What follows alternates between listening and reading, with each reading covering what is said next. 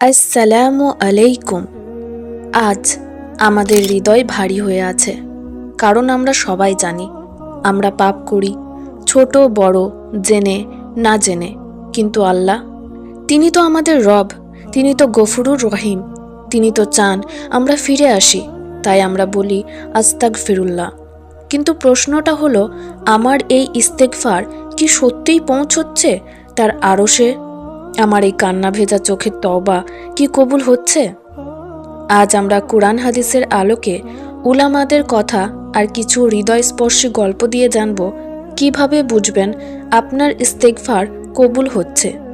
চোখ বন্ধ করে শুনুন, হৃদয় দিয়ে অনুভব করুন, কারণ এটা শুধু জ্ঞান নয়, এটা আপনার আর আল্লাহর মাঝের সম্পর্কের কথা। চলুন শুরু করি। ইস্তেগফার শুধু শব্দ নয়, এটা হলো হৃদয়ের কান্না।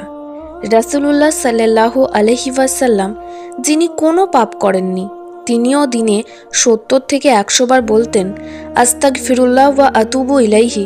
কেন?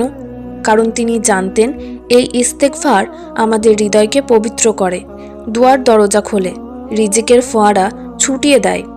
কুরআনে আল্লাহ বলেন, তোমরা তোমাদের রবের কাছে ক্ষমা চাও, তিনি তোমাদের উপর আকাশ থেকে প্রচুর বৃষ্টি বর্ষণ করবেন, তোমাদের শক্তির উপর শক্তি যোগ করবেন। সূরা হুদ। কিন্তু ভাই, যখন আমরা একা ঘরে বসে কাঁদি, বলি ইয়া রব, আমি নষ্ট হয়ে গেছি, কিন্তু তুমি তো গফুর, তখন কি অনুভব করি না যে আল্লাহ শুনছেন?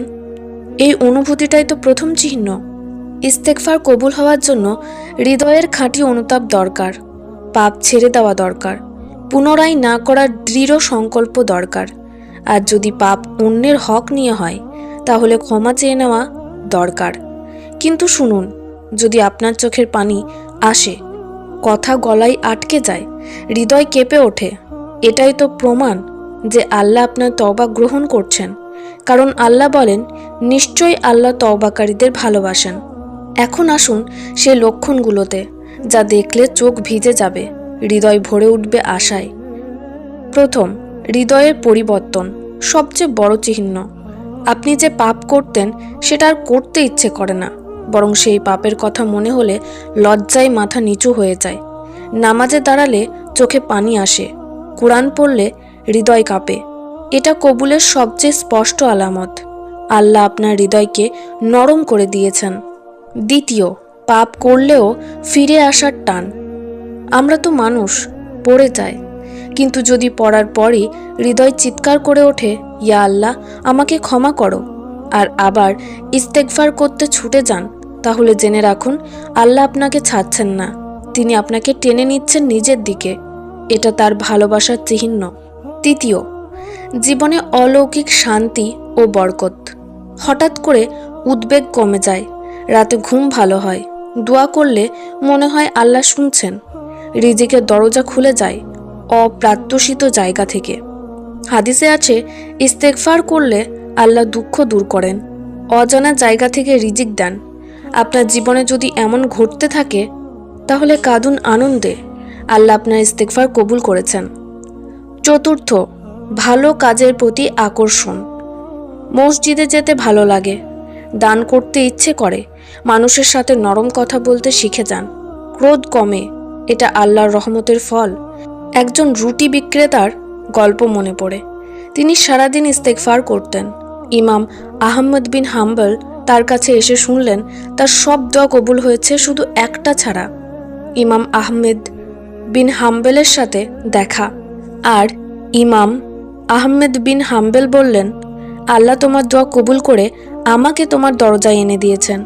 এমন অলৌকিক ঘটনা ঘটে যখন ইস্তেগফার খাঁটি হয়। পঞ্চম, হৃদয়ের পবিত্রতা ও পরকালের প্রস্তুতি। আপনি সারাক্ষণ মনে করেন দুনিয়ার জীবন ক্ষণস্থায়ী, তাই ইস্তেগফার ছাড়া থাকতে পারেন না। এটা আল্লাহর নিদর্শন যে তিনি আপনাকে জান্নাতের পথে নিয়ে যাচ্ছেন। প্রিয় ভাই ও বোনেরা, আজ চোখের পানি মুছে নিন, আল্লাহর রহমত অসীম। তিনি বলেন, বলো হে আমার বান্দারা, যারা নিজেদের উপর জুলুম করেছ, আল্লাহর রহমত থেকে নিরাশ হইও না, নিশ্চয়ই আল্লাহ সব গুনাহ ক্ষমা করেন। আজ রাতে একা বসুন, কাঁদুন, বলুন, ইয়া রব, আমি গুনাহগার, কিন্তু তুমি তো আমার রব, ক্ষমা করো। ইস্তেগফার করুন। আল্লাহ আপনার তওবা কবুল করুন। আমাদের সবাইকে জান্নাতুল ফেরদাউস দান করুন। আমিন। ভিডিওটি অন্যদের সঙ্গে শেয়ার করুন যাতে অন্যদের উপকারে আসে, এবং চ্যানেলটি সাবস্ক্রাইব করে আমাদের সাথে থাকুন। আসসালামু আলাইকুম।